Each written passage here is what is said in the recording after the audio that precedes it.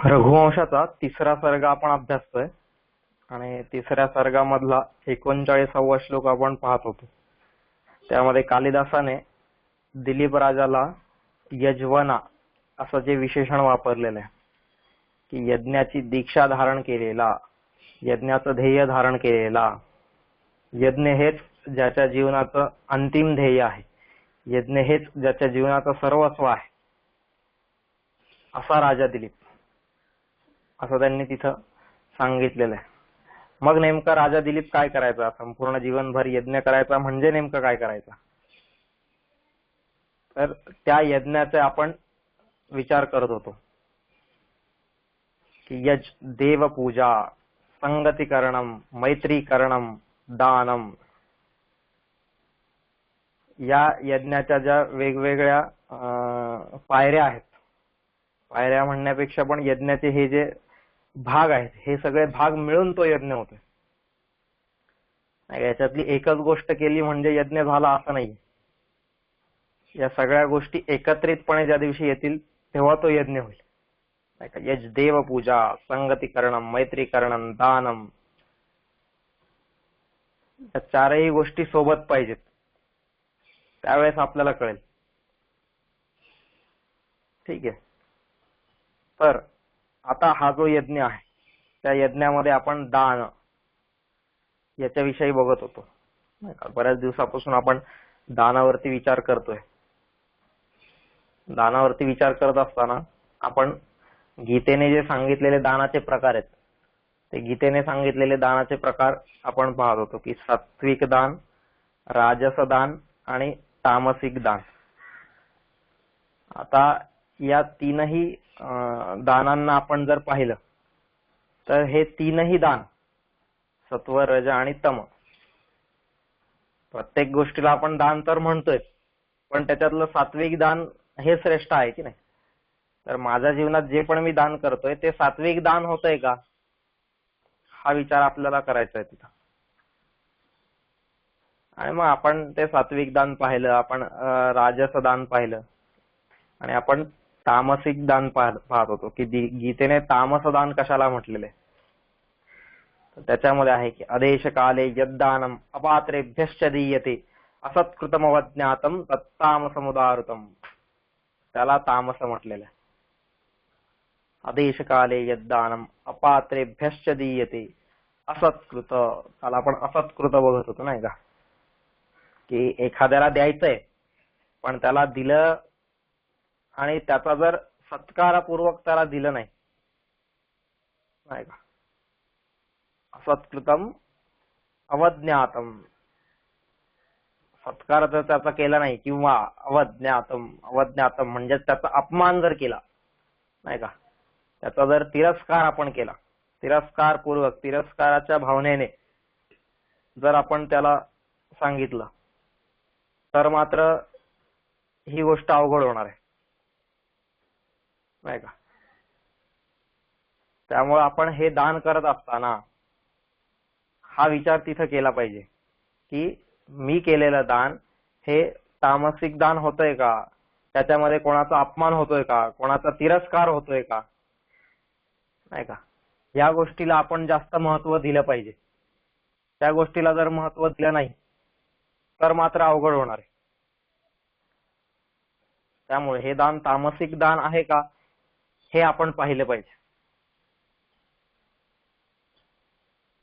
आता दुसऱ्याला देताना तिरस्कार करणं म्हणजे आता त्याच्या समोर जरी तिरस्कार नाही केला आपण, आपल्या मनात तरी तिरस्काराची भावना येते ना कधी कधी नाही का. समोरून एखादा येताना दिसतोय, तो येताना दिसला कीच आपल्या मनात भावना येते, हा आज हा काहीतरी मागायला आलेला आहे, त्याच्याशिवाय हा इकडे येऊच शकत नाही का. बऱ्याच दिवसांनी एखाद्याचा फोन येतो, बऱ्याच दिवसांनी फोन आला का समजायचं हा आज हा काहीतरी मागणार आहे माझ्याकडे नाही का, असं आपल्याला प्रत्येकाला वाटतं ना. त्याच्याशिवाय हा कशाला मला फोन करणार आहे. माहिती आहे आजकाल आपण निरपेक्ष निराकांक्षा भावनेने फोन पण करत नाही, दान करणं तर लांब राहील. तर आता ही जी गंमत आहे त्यातली की तो आल्यानंतर माझ्या मनात भाव निर्माण होतोय. कोणता भाव निर्माण होतोय? मला कधी असा प्रश्न येतो का, अरे वा, देवाने आज मला संधी दिलेली आहे, माझं दातृत्व दाखवण्याची संधी आज मला दिलेली आहे, हा भाव कधी आपल्याला तिथे येतो का? नाही. आपल्याला पहिले, अरे तो आलाच उगाचच माझ्या घरी, आता मला काहीतरी द्यावं लागणार, आता तो काहीतरी मागणार, असं म्हणून असत्कृतम अवज्ञातम, आपण त्याचा सत्कार करत नाही. मग आपण त्याची मनातल्या मनातच अवज्ञा करतो, अपमान करतो, तिरस्कार करतो. असं जर दान असेल तर हे दान कशामध्ये मोडणार आहे? तामसिक दानामध्ये. त्याला तामस दान म्हटलेलं आहे. कोणते असेल, ज्ञानदानाला जरी मी जात असेल, नाही का, माझ्या जीवनातून ज्ञानदान घडत असेल. बघा, संत लोक होते ना, संत लोकांनी ही गोष्ट केली. कधी पण त्यांनी कीर्तनं केली, नाही का, गावोगावी सगळ्या गोष्टी फिरून त्यांनी सांगितल्या, प्रत्येकापर्यंत राम पोहोचवण्याचा त्यांनी प्रयत्न केला, प्रत्येकामध्ये वेदांची निष्ठा उभी करण्याचा प्रयत्न केला, भगवंताचं अस्तित्व, भगवंत सोबत आहे याची जाणीव ही ते प्रत्येकापर्यंत घेऊन गेलेले. पण ही जाणीव घेऊन जात असताना, या सगळ्या गोष्टी करत असताना त्यांनी मात्र कधीही काय केलं नाहीये, कोणाचाही तिरस्कार केला नाहीये, कधीच नाही. त्या प्रत्येकाला त्यांनी आपला मानलेला आहे. आणि एकदा आपण त्याला आपलं मानलं ना, तर मग ते तिरस्कार निघून जातो. दान करायचंय ना, ज्ञानदान असेल, विद्यादान असेल, बघा, एखादा शिक्षक असतो की नाही, तो शिक्षक काय करतो, वर्गात जरी त्याच्या 50 मुलं असली, पण 50 मुलांपैकी एखादा 2, 4 अशी काहीतरी मुलं असतात ना, की त्यांना तो पर्सनली अजून वेगळ्या 4 गोष्टी सांगतो. का? ती मुलं त्याला आपलीशी वाटतात, ती काहीतरी करणार असतात पुढं, मग त्यांना तो अजून स्पेशली जवळ जाऊन सांगतो तिथं. पण हा काय करतो, 50 पैकी जे 2-4 जणांना करतो की नाही, पण संत हीच गोष्ट सगळ्यांना लागू करतात. संत असे 2-4 जण निवडत नाहीत वेगळे, त्यांच्यासाठी सगळे सारखे असतात. आणि त्याच्यामुळे देताना हा दुजा भाव तिथं राहत नाही. हा दुजा भाव असला ना, नाही का, आता पंक्तीत बघा, आपण गावाला जेवायला बसतो किंवा नाही का, असं कुठं पण गेल्यावर पंक्तीमध्ये जे पण काही जेवायला बसलेलं आपण, आणि तो जो काही पदार्थ वाढत आणतोय, आता त्या पदार्थामध्ये त्याला माहितीये माझा मित्र त्या कोपऱ्यात बसलेला आहे, इथून जर मी हा पदार्थ वाढत गेलो तर तिथपर्यंत पुरणार नाहीये, म्हणून मग तो काय गंमत करतो, ह्या बाजूने चालूच करत नाही, डायरेक्ट त्या बाजूला जातो आणि तिकडून वाढायला सुरुवात करतो. का? माझ्या मित्राला पहिले मिळायला पाहिजे. बरोबर की नाही? कारण का? आपुलकीची भावना आहे तिथं. आपुलकीची भावना जर असली तर देण्यामध्ये आनंद असतो, देण्यामधला तिरस्कार, देण्यामधला अपमानाचा भाव, नाही का, अवज्ञेचा भाव, हा सगळा निघून जातो. मग तसं मी देतोय का? नाही का, मग मी कोणाला वेळ देत असेल, नाही का, कोणी म्हणतंय ना समयदान सगळ्यात श्रेष्ठ दान आहे, कोणी म्हणतं समयदान, कोणाला वेळ जरी देत असेल मी, तर तो वेळ तिरस्कारपूर्वक देतोय का, त्याचा अपमान करून देतोय का? आता दुसरा पर्यायच नाहीये, बसलोय इथं, बोल आता काय बोलायचंय ते, दिला तुला वेळ, असा वेळ देतोय का मी? नाही का? हा विचार आपण तिथे केला पाहिजे. तर खरं मी या तामसिक दानापासून वाचू शकतो. तर हे जे 3ही दानाचे प्रकार आहेत, सत्व, रज आणि तम, या 3ही दानांच्या प्रकारामधलं जर श्रेष्ठ दान कोणतं असेल तर ते सात्विक दान आहे. तद्दानम सात्विकम स्मृतम. मग ते जे सात्विक दान सांगितलेलं आहे, त्याच्यातल्या जर गोष्टी घडल्या नाहीत माझ्या जीवनात, तर मी जे गोष्ट देतोय, नाही का, कुठं माझी मी बुद्धी देत असेल एखाद्याला, कुठे मी माझी शक्ती देत असेल, कुठे मी माझी अजून कोणतीही गोष्ट देत असेल, पण त्या प्रत्येक कृतीमा कुठं माझं मी कौशल्य देत असेल, त्या प्रत्येक कृतीमागे जर सात्विकता नसेल तर मात्र त्या दानाला अर्थ शिल्लक राहणार नाही, नाही का. असे हे जे दानाचे सगळे प्रकार सांगितलेले आहेत, असं दान झालं पाहिजे. आता दानावरती तर आपण आता बऱ्याच दिवसांपासून चिंतन करतोय. आता एवढ्या चिंतनातून मला वाटतं आता पुरेसं आहे सध्या. अजून खूप विचार केलेला आहे आपल्या शास्त्रकारांनी, खूप वेगवेगळ्या अँगलने या गोष्टींचा विचार केलेला आहे. मग श्रेष्ठ दान कोणतं आहे हे तर आपण आता मध्ये मध्ये पाहिलेलं आहे, नाही का, की गीतेच्या अनुसार श्रेष्ठ दान हे ज्ञानदान आहे. गीता म्हणते की ज्ञानदान हे सगळ्यात श्रेष्ठ दान आहे. अधेष्यते चयैमं धर्म्यं संवादमावयोः ज्ञान यज्ञेन तेनाहम इष्टस्यामिति मे मती. तो ज्ञानयज्ञ जो करेल, मग मी माझ्या जीवनात असा ज्ञानयज्ञ करतोय का? ज्ञानयज्ञ कधी होईल? अधेष्यते, स्वतः पहिला त्याचा अभ्यास करेल.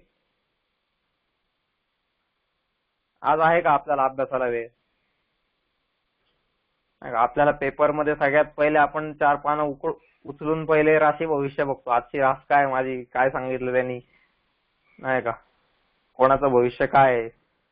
मग नंतर शेअर मार्केटमध्ये काय उलथापालथ झालीये, मग थोडं इकडे राजकारणात काय झालेलं आहे, मग थोडं अर्थव्यवस्था काय झालेली आहे, नाही का, मग गावाखेड्यात काय पाऊस पडला का नाही आज, त्याचा दिवसभर आपण अभ्यास करत राहणार या गोष्टींचा. आणि या गोष्टी जरी मी दुसऱ्याला जाऊन सांगितल्या तरी तो ज्ञानयज्ञ होणार नाही. हा ज्ञानयज्ञ कधी होईल? या वैदिकांचे विचार, या उपनिषदांचे विचार, वेदांचे विचार, ब्राह्मण, अरण्यक, रामायण, महाभारत, हे जे काही सगळ्या गोष्टी असतील, धर्मसूत्र, गुह्यसूत्र, शुल्वसूत्र, नाही का, सूत्र ग्रंथ असतील, इत्यादी सगळे स्मृती ग्रंथ असतील, ह्या सगळ्यांनी जे सांगितलेले त्या सगळ्याचा अभ्यास करून तो अभ्यास इतरांपर्यंत घेऊन जाणं, त्या गोष्टी आपल्या जीवनात उतरवणं आणि इतरांच्या जीवनातही उतरवण्यासाठी प्रयत्न करणं, हा खरा ज्ञानयज्ञ.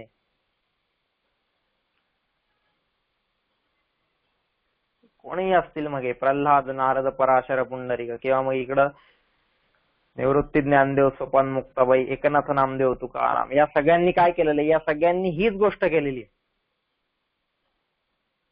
की त्या शास्त्रांचा अभ्यास केलेला आहे आणि तो अभ्यास इतरांपर्यंत पोहोचवण्याचा प्रयत्न केलेला आहे. स्वतःचं जीवन तर तसं सुंदर बनवलेलंच आहे, पण इतरांचंही जीवन, नाही का, अवघाची संसार सुखाचा करीन, आनंदे भरीन तिन्ही लोक. मग कशाने सुखाचा करील? प्रत्येकाला एक एक बंगला वाटून नाही. ज्ञानेश्वर महाराजांनी हे भगवद्गीतेचे विचार लोकांपर्यंत नेलेले आहेत. अमृतानुभव, नाही का, कोणी अमृतानुभव सांगितलंय, कोणी भावार्थ रामायण लिहिलंय, कोणी गाथा लिहिलेल्या आहेत, कोणी भारुड लिहिलेले आहेत, कोणी अभंग लिहिलेले आहेत, कोणी ओव्या लिहिल्या आहेत, कोणी काय. हे सगळं कशासाठी केलंय त्यांनी? ज्ञान यज्ञ. तो ज्ञान यज्ञ नाही, कारण गीतेने यज्ञाचे जे प्रकार सांगितले आहेत वेगवेगळे, द्रव्य यज्ञास, तपो यज्ञ, योग यज्ञास, तथा परे स्वाध्याय ज्ञान यज्ञाश्च. हा स्वाध्याय ज्ञान यज्ञ जो आहे, स्वचं अध्ययन करणं, स्वाध्याय. मग हे स्वचं अध्ययन करून त्या ज्ञान यज्ञाने स्वतःला प्रफुल्लित करायचंय, स्वतःच्या जीवनाला वरती आणायचंय. आणि हे कोण आणणार? दुसरं कोणी येणार आहे का इथं? नाही, आपल्यालाच करावं लागणार आहे. उद्धरेद आत्मनात्मानं नात्मानं वसादेत आत्मैव ह्यात्मनो बंधू आत्मैव रिपुरात्मना. हे आपल्यालाच करावं लागणार.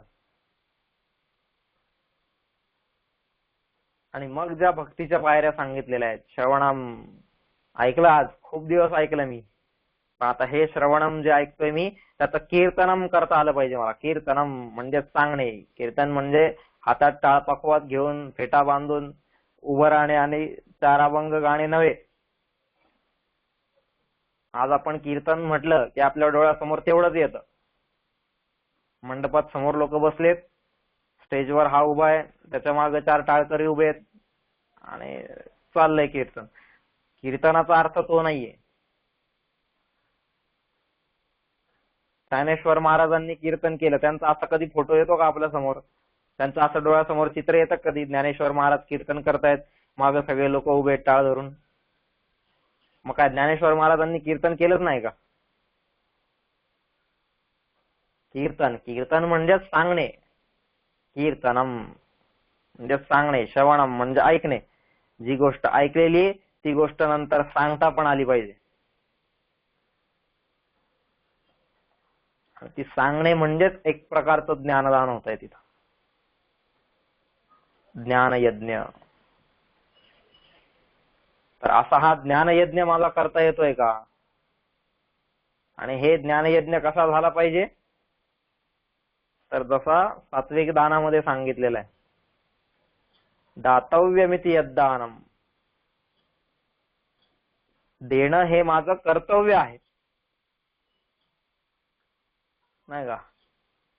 रामदास स्वामींना कुठेतरी वाटलेलं आहे की मला हा राम गावोगावी पोचवायचा आहे, मला हा हनुमान गावोगावी पोचवायचा आहे, हे माझं कर्तव्य आहे, हे माझं आद्य कर्तव्य आहे, म्हणून रामदास स्वामी फिरलेले.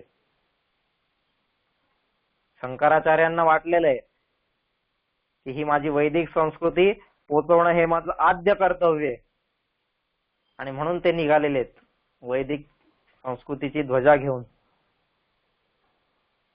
नाही का? दातव्यम इति यद्दान म्हणजे देणं हे माझं कर्तव्य आहे, या भावनेतून हे लोक निघालेले आहेत. आता काय गरज होती यांना, नाही का? नामदेव महाराज पोहोचलेले आहेत पंजाबापर्यंत. काय गरज होती पंजाबापर्यंत पोहोचायची एवढी? गुरु ग्रंथ साहेबांमध्ये त्यांच्या ओव्या आहेत, हे माझं कर्तव्य आहे. या कर्तव्याच्या भावनेने हे लोक निघालेले आहेत, घराबाहेर पडलेले आहेत. पण आपण अजूनही सगळे प्रपंचातच अडकलेलो आहे. आपल्याला प्रपंचाशिवाय बाहेर निघताच येत नाहीये.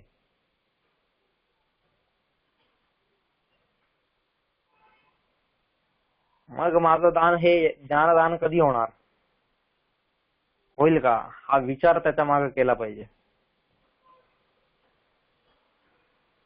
आणि हे सगळं करत असताना एका पैची सुद्धा अपेक्षा नाहीये ज्याला.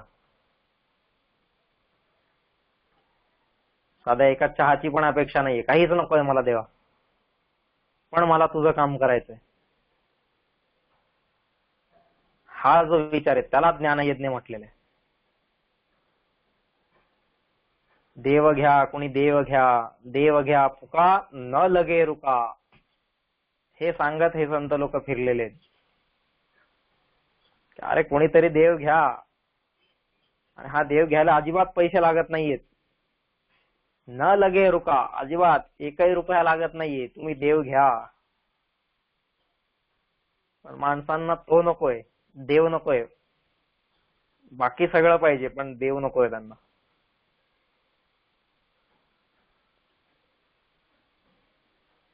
आपल्याला किती काम करावं लागेल? दातव्यमिति यद्दानम. आज आपण जर यहुदी धर्माचा अभ्यास केला की यहुदी धर्म हा कसा उभा राहिलेला आहे, मोझेसचं संपूर्ण जीवन जर आपण अभ्यासलं की मोझेसने काय कार्य केलेलं आहे, खूप सुंदर, खूप सुंदर. अतोनात हाल, अपेक्षा, नाही का, कष्ट, ह्या सगळ्या गोष्टी सहन करून त्यांनी तो धर्माचा पुनर्स्थापना केलेली आहे. लयाला गेलेला जो धर्म होता, त्या लयाला गेलेल्या धर्माला पुन्हा त्यांनी एक नव चैतन्य, नव जीवन दिलेलं आहे. आणि या हजारो लाखो लोकांना त्यांनी या धर्माच्या कार्यासाठी जोडलेले आहे. असं जे जीवन आहे ते ज्ञानदान आहे, नाही का? अशी लोक खरी भगवंताच्या आवडची असणार की नाही? अर्थात ते लोक आता त्याला भगवंतच मानतात. त्याच्यामध्ये आहे, कोणी म्हणतं मोझेस हा प्रेषित आहे, कोणी म्हणतं नाही मोझेस हा स्वतःच भगवंत आहे. आपण त्याच्यात पडण्याचं काही कारण नाही. देव असला तरी चांगलंच आहे, प्रेषित असला तरी चांगलंच आहे, नाही का? पण आपल्याला त्याच्या जीवनातून काय घेता येईल? लोक उगाच ह्या नको त्या चर्चेमध्ये पडत राहतात. मग हा देव होता का संत होता? तुला काय करायचंय, काही का असेना ना, त्याच्यासारखं बन तू.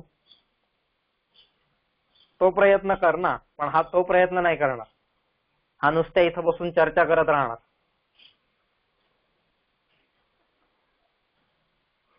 हा भगवंताचा अवतार होता का नव्हता? अरे त्याने जे काम केलेले ते काम बघ ना, त्याचं कार्य बघ, त्याचं जीवन बघ, कसं रसरसलेलं जीवन आहे.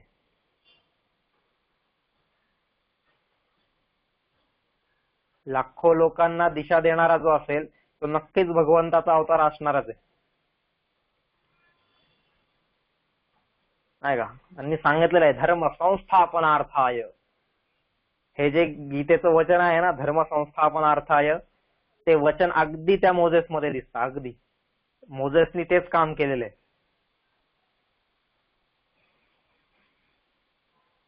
मग तो सगळा जो इजिप्त किंवा इतर पुढचा जो सगळा काही प्रदेश असेल, त्या सगळ्या ठिकाणी त्यांनी पुन्हा त्या यहुदींचं राज्य उभं केलेलं आहे.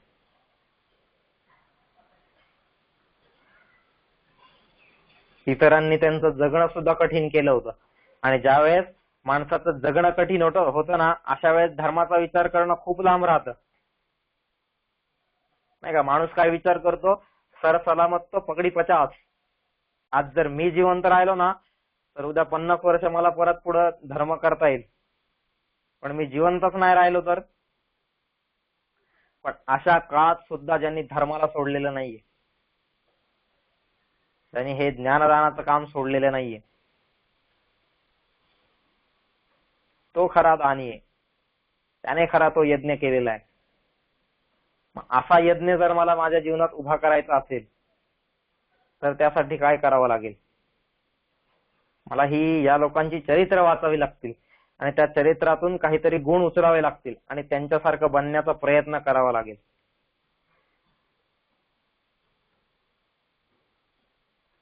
आज आपण पाहिलं, यहुदी धर्म काय खूप मोठ्या संख्येचा नाहीये, संख्या त्यांची कमी आहे, पण तरी अख्ख्या जगामध्ये त्यांचं एक वेगळं स्थान निर्माण झालेलं आहे.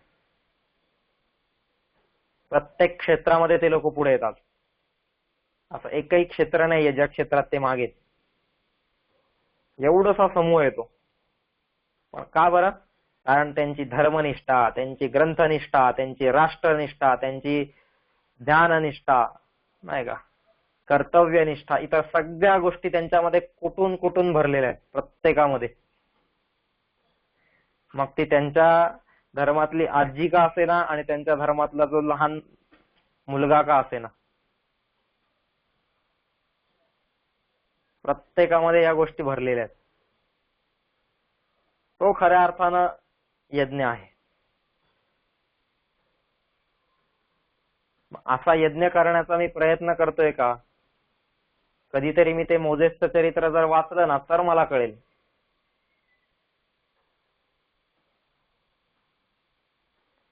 अख्खा एक प्रदेश सोडून दुसऱ्या प्रदेशात जावं लागलेलं आहे अत्याचारामुळे, पण तरी दुसऱ्या प्रदेशात गेल्यानंतर पुन्हा मायभूमीकडे परत येणं, मातृभूमीकडे परत येणं आणि तिचं संरक्षण करणं, तिचं संवर्धन करणं.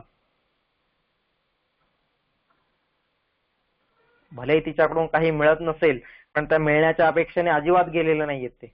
पण तिला मला काय देता येईल, दातव्यम, कर्तव्य म्हणून गेलेले आहेत ते. ज्या राष्ट्रामध्ये असे लोक निर्माण होतील की आपलं कर्तव्य विसरलेले नाहीयेत आणि त्या कर्तव्याच्या भावनेतून जे यज्ञ करतायत, ते राष्ट्र नक्कीच कधी पण श्रेष्ठ होणार आहे. कदाचित त्यांच्याकडे परंपरा नसेल विचारांची, श्रेष्ठ विचारधारा त्यांच्याकडे नसेल, तत्वज्ञानाचा खोलवर अभ्यास त्यांच्याकडे नसेल, कदाचित नसेल, कदाचित असेलही, पण तरी सुद्धा आज तो धर्म एवढा मानाने समाजामध्ये फिरतोय. त्याचं कारण काय? तो धर्म ज्या खांद्यांवरती आज उभा आहे ना, ते खांदे मजबूत आहेत.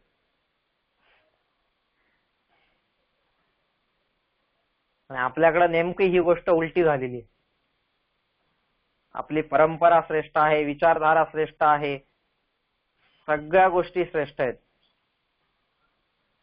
पण आज त्या विचारांना, त्या परंपरांना, त्या रूढींना, त्या संस्कृतीला पुढे घेऊन जाणारे तिचे जे वारसदार आहेत, ते वारसदारच सगळे दुर्बल निघालेले आहेत, दुबळे निघालेले आहेत. लाचारी ही त्यांच्या जीवनाचं एक प्रमुख अंग झालेली आहे. मग त्या लाचारीने जर जीवन जगत असतील तर कशी काय ती संस्कृती वरती येणार आहे आणि कसं काय त्या संस्कृतीचं रुदन तरी थांबणार आहे?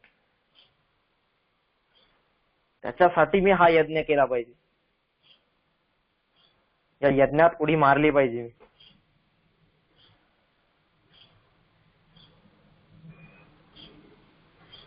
गावोगावी जाईल मी. नाही, प्रत्येकाने, कोणी पण घ्या ना तुम्ही. गांधीजींनी काय सांगितलंय? खेड्याकडे चला. नाही, कोणीही तुम्ही उचला, कोणीही, प्रत्येक जण तेच म्हणतोय. कृष्णाने कुठं कार्य केलं? खेड्यात कार्य केलं. सुदामाने कुठं कार्य केलं? खेड्यात केलं. हे निवृत्ती, ज्ञानदेव, सोपान, मुक्ताबाई, एकनाथ, नामदेव, तुकाराम हे सगळ्यांनी कुठं मुंबईत आले होते का ते फिरायला? नाही, सगळ्यांनी गावाखेड्यात कार्य केलेली आहेत.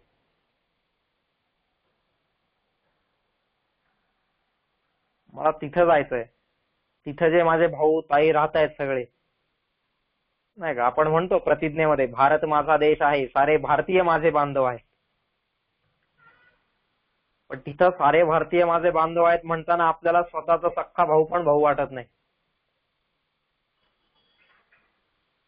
सख्खा भाऊ हा आपल्याला पक्का वैरी वाटतो मग तिथं.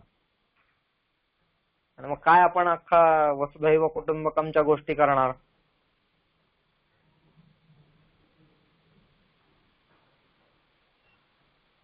तर हा दुसरा मला माझा वाटला पाहिजे आणि त्याच्यासाठी काहीतरी करणं. आता ह्या काही गोष्टी एका दिवसात उभ्या राहणार आहेत अशातला भाग नाहीये. आज, उद्या, 2 वर्षांनी, 4 वर्षांनी, 10 वर्षांनी, 30 वर्षांनी, 40 वर्षांनी, 50 वर्षांनी, 2 जन्मानंतर म्हणा, कधीतरी उभा राहील. पण त्याच्यासाठी प्रयत्न केला पाहिजे. हा प्रयत्न सोडता कामा नये.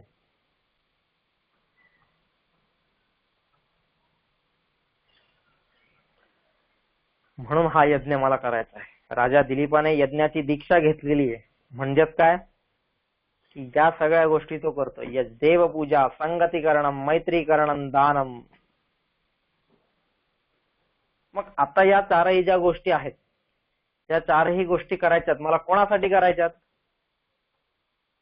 नाही का, या चारही गोष्टी मला भगवंताशी जोडायच्यात.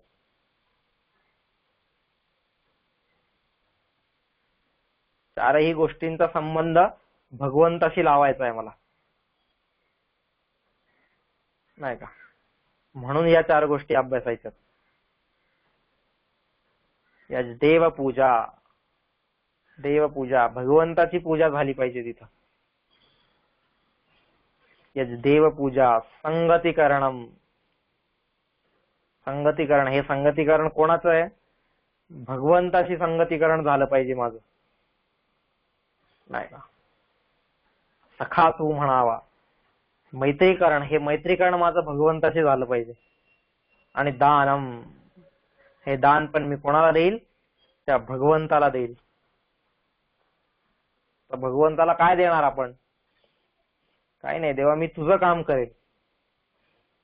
तुझे गीतेत सांगितलेले आहेस, तुझे वेदा उपनिषदांमध्ये सांगितलेले आहेस की तुझं काम काय आहे, ते काम मी करण्याचा प्रयत्न करेल,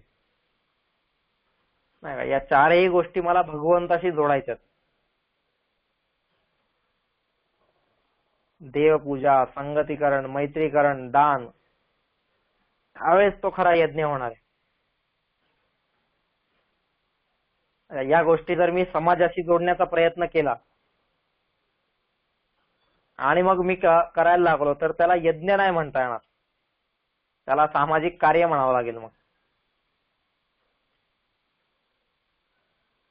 नाही का. सामाजिक कार्य आणि यज्ञ किंवा धर्म, सामाजिक कार्य आणि धार्मिक कार्य, या दोघांमधला हाच मुळात फरक.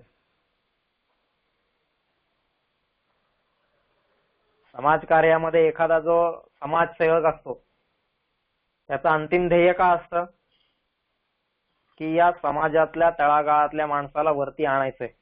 ध्येय त्याचं चांगलंच आहे, पण त्याचं अंतिम ध्येय ते आणि त्याच्यासाठी तो काम करत असतो. तर आता हे जे काम आहे हे समाजकार्य झालं, की त्याच्यामध्ये त्या अंतिम माणसाला त्याला वरती आणायचंच आहे. बरोबर आहे नाही का? समाजातला कोणीही भुकेला राहू नये, समाजातल्या प्रत्येकाला घर मिळावं, घालायला कपडे मिळावेत नाही का, शिक्षण मिळावं, इतर सगळ्या गोष्टी मिळाव्यात, या प्रत्येकासाठी तो कार्य करतो आणि चांगलं आहे. आणि त्याच्यातून त्याची एक पैशाची अपेक्षा सुद्धा नसते किंवा काहीच नसते. पण त्याची अपेक्षा मात्र काय असते? अंतिम ध्येय हा समाज सुधारावा, हे त्याचं अंतिम ध्येय असतं, म्हणून तो समाजसेवक. पण ऋषी मुनी असतील नाही का, संत असतील, ह्यांच्यात काय फरक आहे? संतांना वाटत नाही का त्याला अन्न मिळावं? संतांना वाटत नाही का त्याला शिक्षण मिळावं, त्याला कपडे मिळावे, त्याला राहायला घर मिळावं? या सगळ्या गोष्टी संतांना वाटतात. पण संतांचं अंतिम ध्येय ते नाहीये. त्याला घर देणं, त्याला शिक्षण देणं, त्याला घालायला कपडे देणं, हे अंतिम ध्येय नाहीये. कदाचित ते साधन असेल संतांसाठी, पण संतांसाठी अंतिम ध्येय हे भगवंत आहे.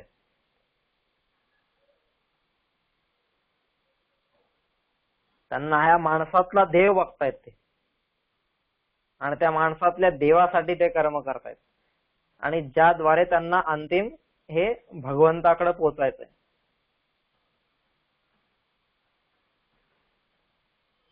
म्हणून ते कर्म करतायत. तसं माझं कर्म होतंय का, हा विचार आपण केला पाहिजे. का आपल्याला वाटतं हा मी काहीतरी चांगलं काम केलं पाहिजे, आता चांगलं काम करत असताना मी समाजसेवक म्हणून काम करतोय नाही का, की एखादं संतांनी जे काम केलेलं त्या संतांच्या मागोमाग जाण्याचं कार्य करतोय. संत आणि समाजसेवक यांच्यातला बेसिक फरकच हा आहे. ऋषी मुनी आणि समाजसेवक यांच्यातला बेसिक फरकच हा आहे, की समाजसेवकांचं अंतिम ध्येय हे समाजाला सुधारणं हे असते, आणि ऋषी मुनींचं अंतिम ध्येय हे समाजाचं कार्य करता करता भगवंतापर्यंत पोहोचणं, स्वतःही भगवंतापर्यंत पोहोचणं आणि त्यांना सुद्धा भगवंतापर्यंत घेऊन जाणं, हात धरून घेऊन जाणं, हे जे कार्य आहे त्याला यज्ञीय कार्य म्हणतात.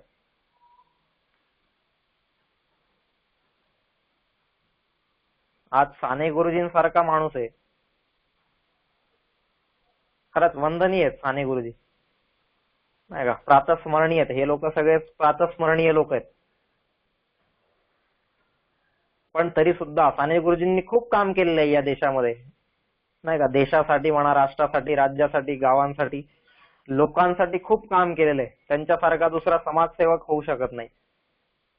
प्रचंड काम केलेलं आहे त्यांनी. पण एवढं सगळं काम करत असताना सुद्धा शेवट त्यांचा कसा झालेला आहे? आत्महत्या करावी लागलेली आहे त्यांना नाही का, स्वतःचा जीव संपवून टाकावा लागलेला आहे. का बरं? आता आपल्यासारख्या साध्या माणसाला जर करते आत्महत्या करणं पाप आहे, तर ती गोष्ट त्यांना कळालेली नाहीये का? नक्कीच कळाली असणार. पण तरी सुद्धा त्यांना आत्महत्या करावी लागली, याचं कारण काय? कारण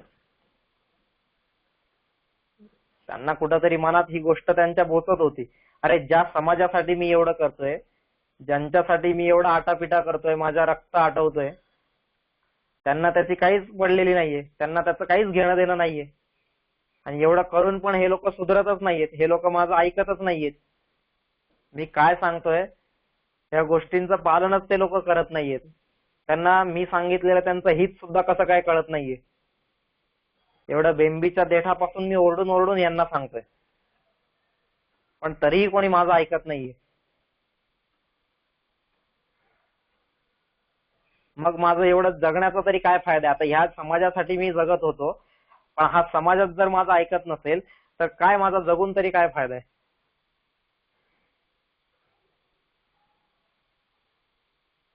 माझ्या घरात कसे दोन पैसे येतील याचा विचार सुद्धा मी करत नाहीये,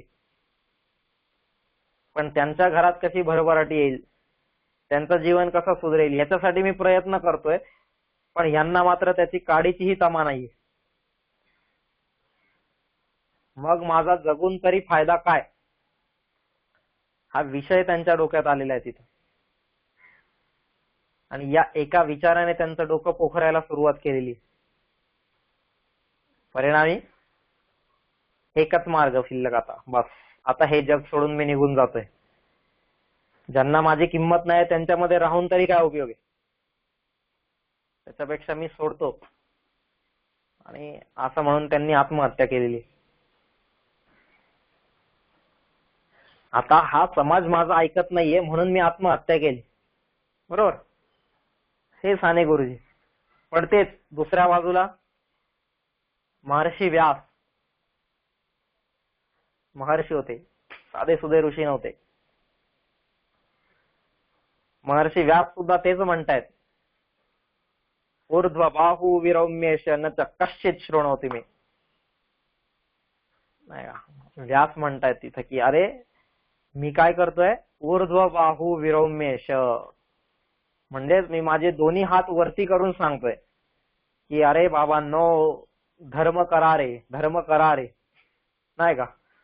पण कोणीही अजिबात ते माझं ऐकत नाहीये. न च कश्चित शृणोती, न च कश्चित शृणोती मे. मी दोन्ही हात वर करून करून लोकांना सांगतोय, ओरडून ओरडून लोकांना सांगतोय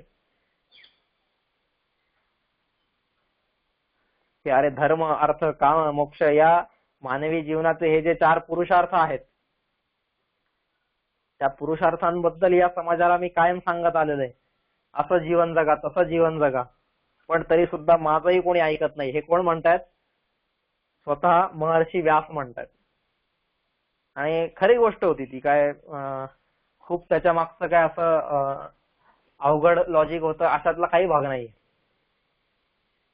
नाही, त्यांना पण ही गोष्ट वाटत होती कायम की अरे मी एवढं कायम समाजाला सांगतोय आणि कायम समाजाला सांगत असताना सुद्धा कोणी माझं ऐकत का बरं नाहीये.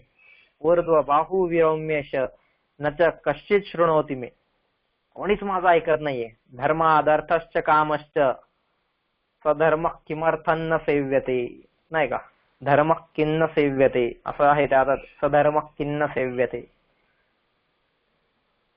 धर्मात अर्थश्च कामश्च, हा जो सगळा धर्म आहे आणि त्याच्यातला जो धर्म आहे त्या धर्माची तुम्ही सेवा का करत नाहीयेत, ही गोष्ट वारंवार तिथं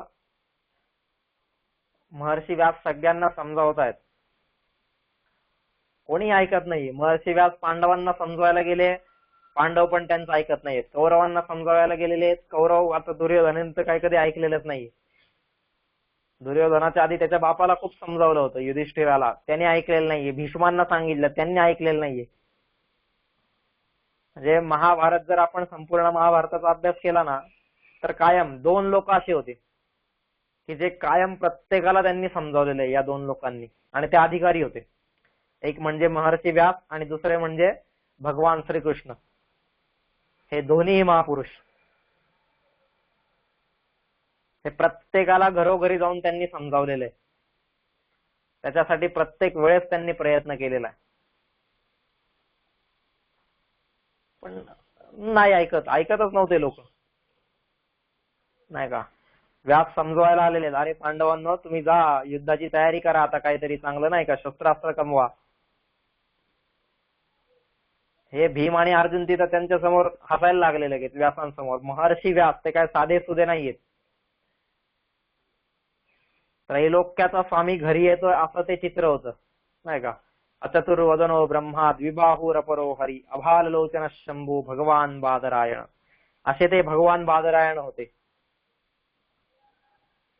की ज्यांना 4 हात नाहीयेत तरी सुद्धा, 4 मुख नाहीयेत. अचतुर्वदनो ब्रह्मा, 4 वदन ज्यांना नाहीयेत पण तरी सुद्धा ते ब्रह्म आहेत. द्विबाहुरपरो हरी, ज्यांना 2च हात आहेत तरी सुद्धा ते विष्णू आहेत, नाही का. विष्णूला 4 हात असतात पण यांना 2च हात आहेत तरी सुद्धा हे विष्णू आहेत. अभाल लोचन शंभू, की ज्यांच्या कपाळावरती 3रा डोळा नाहीच आहे ज्यांना, तरी सुद्धा जे भगवान शंकर आहेत, असे हे भगवान बादरायण. असे साक्षात भगवान बादरायण यांच्या घरी आलेले आहेत आणि ते यांना सांगतायत की आता उद्या युद्ध हे व्हावंच लागणार आहे आणि युद्धाची तुम्ही तयारी करायला लागा आता. पांडवांनो शस्त्रास्त्र कमवा, नाही का. त्यावेळेस इकडे भीम आणि अर्जुन त्यांच्यावर हसायला लागलेले. काय ह्या म्हाताऱ्याला कळेना झालंय.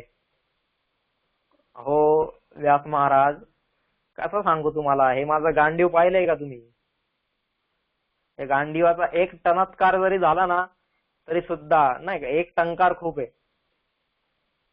सगळं जग त्राही त्राही करायला लागेल. आणि या गांडीवाची प्रत्यंचा चढवल्यानंतर त्याच्यावरती एक एक बाण जर मी सोडायला लागलो तर काय कोणाची खैर राहणार नाहीये पुढं. असं म्हणून अर्जुन हसायला लागलाय त्यांच्यावरती. त्याच वेळेस इकडे भीम पण, भीमाने आपली गदा दाखवली. ही पाहिली का ही गदा.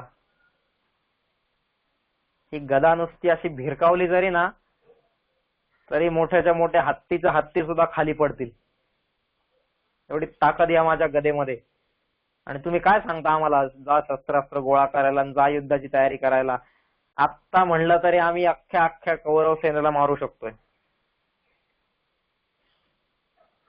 म्हणजे हे असे लोक होते त्या काळात नाही का. आता हे तर स्वतः त्यांचे वंशज होते ना, व्यासांचेच वंशज आहेत, नातं आहे त्यांचं. रक्ताच्या नात्याचे लोक पण ऐकत नव्हते त्या काळात. बाकीचा समाज हा महर्षी व्यासांचं कधी ऐकणार. ज्या माणसाने एवढी पुराणं लिहिली, महाभारत लिहिलं नाही का, सगळ्या गोष्टी केल्या, वेदांचं विभाजन केलं, एवढा श्रेष्ठ जो माणूस आहे, आज व्यासांना जर काढून टाकलं भारतीय संस्कृतीतून 50% पण संस्कृती उरणार नाही. एक व्यास नावाचा माणूस जर काढला आपण तर. एवढा श्रेष्ठ माणूस होता, पण त्याचं या लोकांनी ऐकलं नाही कधी. तेच तिकडं धृतराष्ट्राला सांगितलं होतं, दुर्योधनाला वारंवार समजावलेलं आहे त्यांनी, पण तरी या लोकांनी कोणीच, रक्ताच्या नात्यातल्याच लोकांनी ऐकलेलं नाहीये. बाहेरचे लोक कधी ऐकणार मग. पण एवढं सगळं होऊन सुद्धा नाही का, न कश्चित शृणोति मे, कोणीही माझं ऐकत नाहीये. एवढं सगळं असून सुद्धा त्यांच्या जीवनात मात्र कधीच निराशा आलेली नाहीये. त्यांना कधीच आत्महत्या करावी लागलेली नाहीये. जीवन संपवावं आता या लोकांमध्ये राहू नये हा विचार त्यांच्या मनात कधीच आलेला नाहीये. कारण या लोकांना सुधारवणं हे त्यांचं अंतिम ध्येय नव्हतं. ते तर फक्त एक साधन होतं. आणि त्या साधनाद्वारे भगवंताचं लाडकं होणं, भगवंताच्या मांडीवर जाऊन बसणं, भगवंताचं होणं. तेन त्वमसि तस्य त्वमसि तत्वमसि, हा जो विचार आहे या विचाराच्या मागे जाणं आणि त्या विचाराची अनुभूती मिळवणं हे त्यांचं अंतिम ध्येय होतं. त्याच्यामुळे त्यांना जीवनात कधीच निराशेने स्पर्श सुद्धा केलेला नाहीये. पण आपण आज 2 कामं एखाद्यासाठी केली की आपल्याला वाटतं मी ह्याच्यासाठी एवढं करतोय पण याला माझी किंमतच नाही. मग त्याच्यामुळे निराशा येते. पण संतांना बघा, जे पण संत लोक झालेले आहेत ना, एकही संत बघा तुम्ही, एकाही संताला निराशेने स्पर्श सुद्धा केलेला नाहीये कधीच. मग तिकडे कबीर असतील, नरसिंह मेहता असतील, मीराबाई असेल, कोणतेही संत तुम्ही घ्या, आला जो प्रसंग आला त्या प्रसंगामध्ये ते आनंदी राहिलेले, कधीच नाही निराशा आलेली.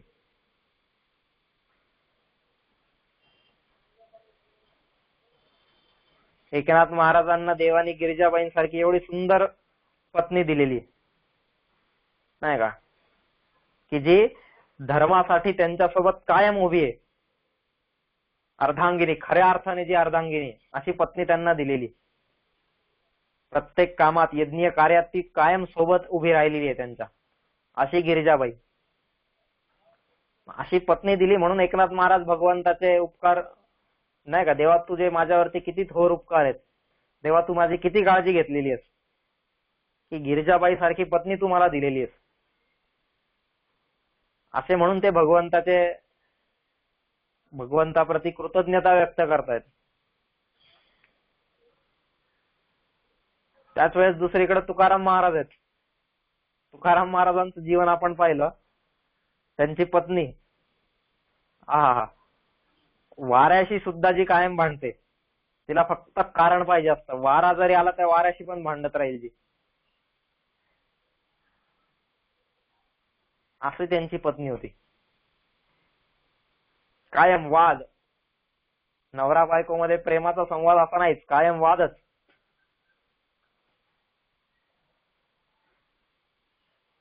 आणि मग त्याच्यामुळं तुकाराम महाराज कायम घराबाहेर आणि ही आपली घरात.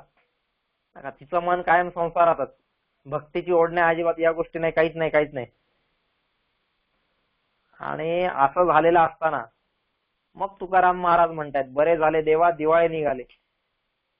त्यांना ती गोष्ट पण आनंदाची वाटते की अशी पत्नी दिलीस तू, बरं झालं देवा. जर सुंदर पत्नी दिली असती, सगळ्या एकदम भारी नाही का, प्रेमळ बोलणारी आणि या सगळ्या गोष्टी करणारी, कदाचित माझं मन तिच्यातच रमलं असतं. पण तुला माझी किती काळजी रे देवा, की तुम्हाला अशी पत्नी दिलीस की ज्याच्यामुळं संसारात माझं मन न रमता आपोआपच तुझ्याकडची ओढ लागलेली. आणि तिचं मन सगळं संसारातच रमलेलं आहे, त्याच्यामुळे ती संसार चालवणार आहे पुढं.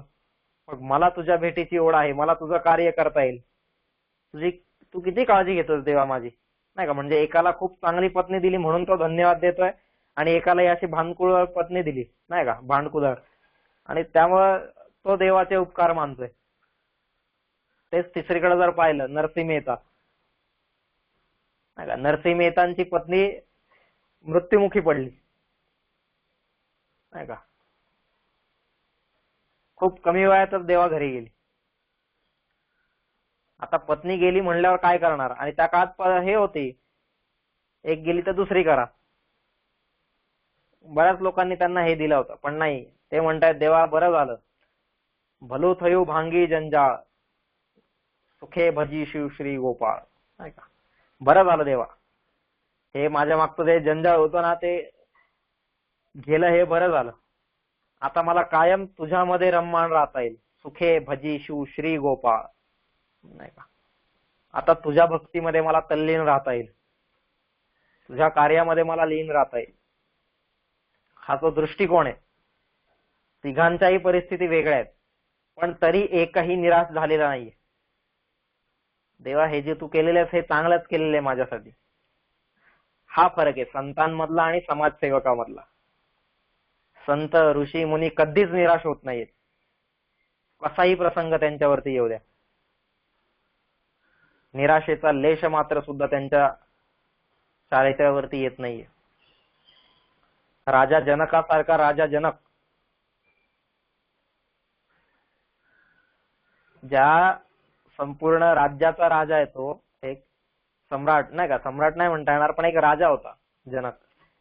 आणि त्या जनक नावाच्या राजाची जी मुलगी आहे सीता, जानकी, त्याला किती त्या दिवशी छान वाटलं असेल नाही का, की रामाशी माझ्या मुलीचा विवाह मी करतोय. जाईल त्या राज्याची सम्राज्ञी बनेल ती अयोध्येची. खूप सुखी जीवन असेल तिचं. किती कल्पना केल्या असतील त्या वडिलांनी. एवढ्या थाटा मातात लग्न लावून दिलेलं आहे, आणि लग्न लावून दिलं आणि काही दिवसांनंतरच पाहिलं तिला वनवासात जावं लागलेलं आहे. काय झालं असेल त्या वडिलांची अवस्था, की अरे आजपर्यंत जी राजमहालात वाढलेली आहे, अशा मुलीला आज इथून पुढे अख्खा 14 वर्षांचा वनवास झालेला आहे. काय अवस्था झाली असेल त्यांची, काय त्यांनी स्वप्न पाहिली असतील, ती स्वप्न सगळी मातीत मिळाली असतील.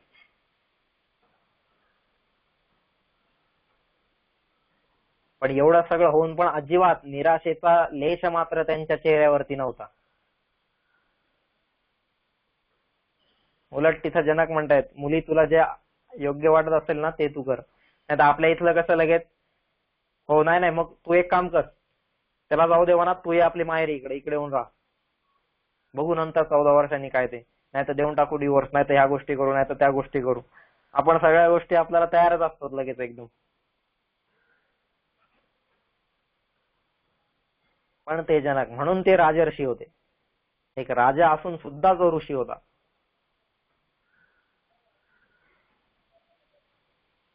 असं या सगळ्या लोकांचं जीवन होतं. या लोकांच्या जीवनामध्ये तो यज्ञ भरलेला आहे. यज देवपूजा, संगतीकरणम, मैत्रीकरणम, दानम. किती अजून असे कितीतरी आपण चरित्र अभ्यासले ना, प्रत्येक चरित्रामध्ये या गोष्टी आपल्याला दिसत आहेत.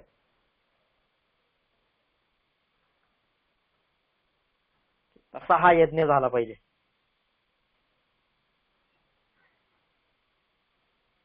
माझं असं जीवन बनवता येईल का मला? त्याच्यासाठी तसा प्रयत्न करता येईल का? आज मी 2 समाज कार्य करून आलो की एकदम हवेत असल्यासारखं वाटतं आपल्याला. मग आकाशाच्या पण वरती जाऊन उभं राहतो आपण मग. पण समाज कार्य वेगळं, समाज सेवा वेगळी आणि संतांचं कार्य वेगळं, नाही का? मला संतांचं कार्य करता येईल का? मला ऋषींचं कार्य करता येईल का? त्यांच्या पावलावर पाऊल टाकून पुढे जाता येईल का?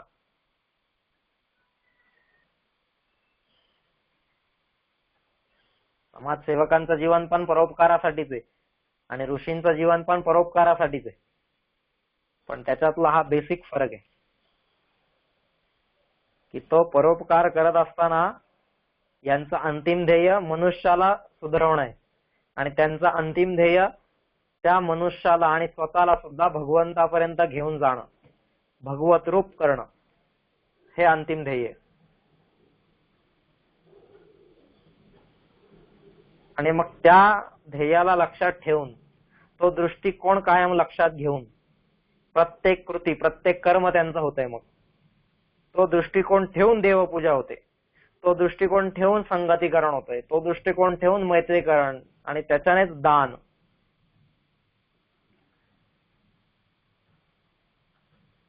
खऱ्या अर्थाने तो यज्ञ होईल.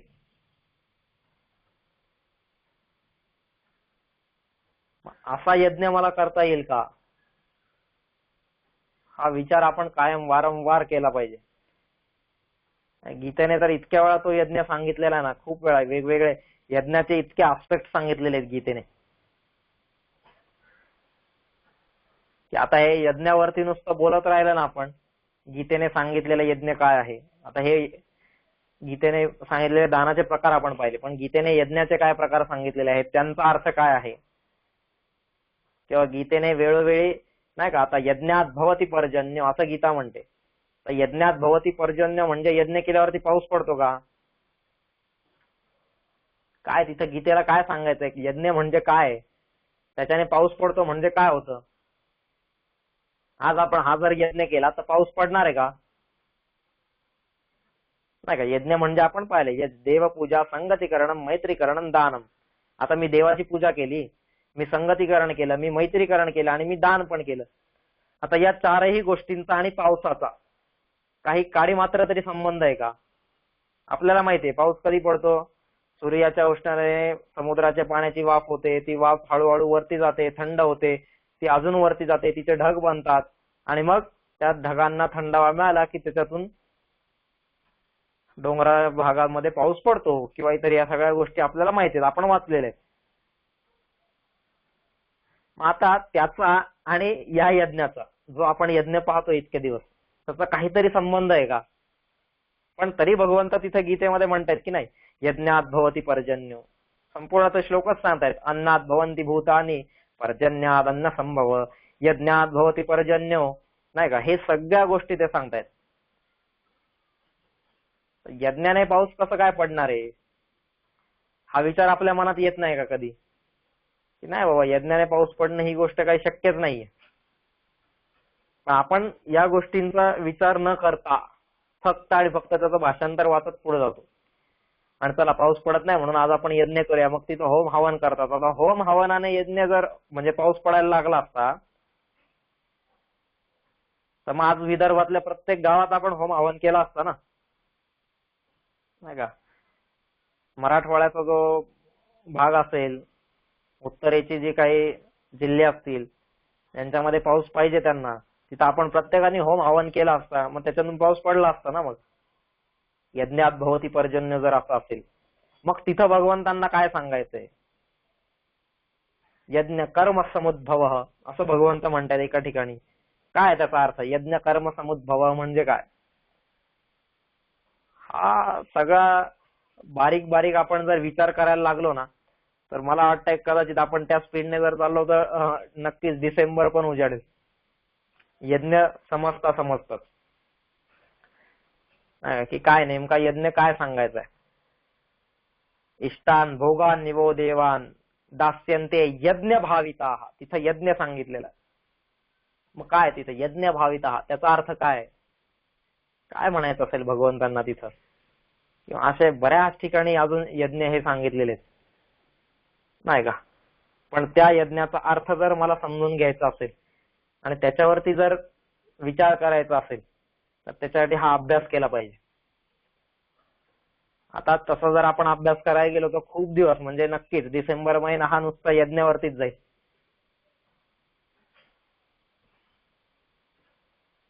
आता आपल्याला एक ती दिशा सगळ्यांना कळाली असेल की कशा दृष्टीने आपण पुढे गेलो पाहिजे नाही का, कशा दृष्टीने आपण आपला अभ्यास चालू ठेवला पाहिजे. कारण उद्धरेद आत्मनात्मानम नाही का, स्वतःचा उद्धार स्वतःला करायचा आहे. यज्ञ हा यज्ञीय भावना कशाला म्हणतात, यज्ञामध्ये अहम नकोय, यज्ञामध्ये सामूहिकतेची भावना असली पाहिजे, समूहाने केला पाहिजे. यज्ञ हा एकट्याने करण्याची गोष्ट नाहीये, त्याला यज्ञ आपण म्हणतच नाहीये नाही का. देवान भावयतानेन ते देवान भावयंतु परस्परम भावयंत श्रेय परम वापसत. आता हे जे गीतेने सांगितलेलं आहे हे यज्ञाचं एक स्वरूप आहे नाही का. इथून खरा यज्ञ चालू होतोय.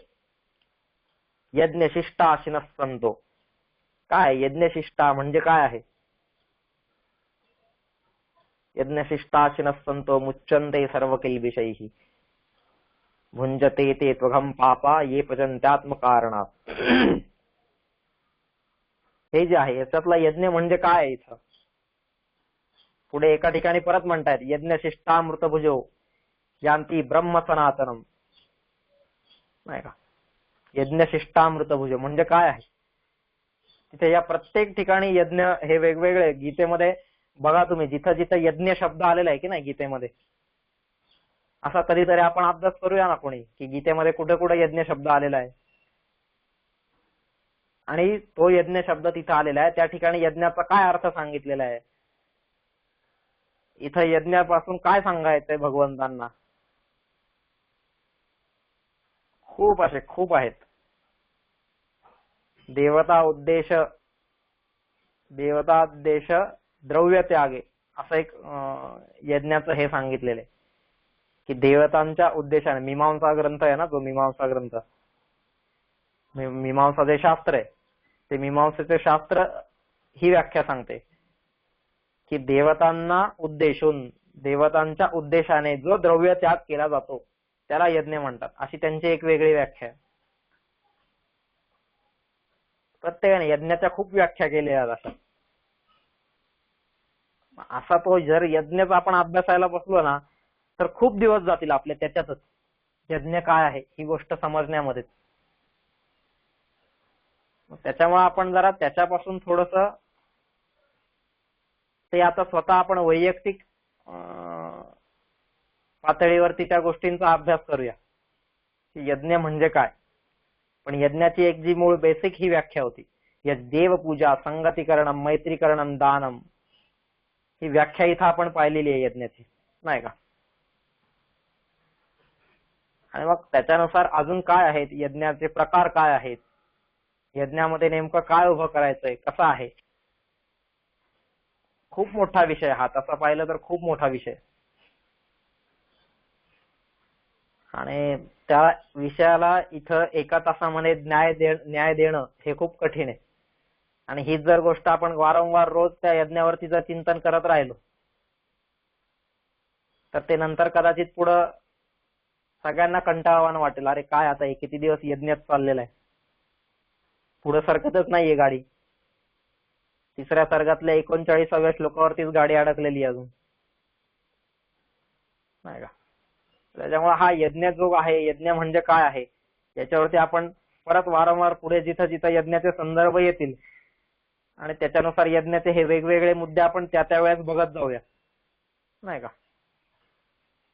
पण सध्या हा असा जो यज्ञ आहे, देवपूजा संगतीकरणम मैत्रीकरणम दानम, हा यज्ञ आपण आता उचलूया आणि या यज्ञानुसार आपलं जीवन नाही का, यज्ञीय भावना ही आपल्या जीवनात आणूया. त्याच्यासाठी आपण प्रयत्न करूया की जे राजा दिलीपाचं संपूर्ण जीवन त्याच्यासाठी वाहिलेलं होतं.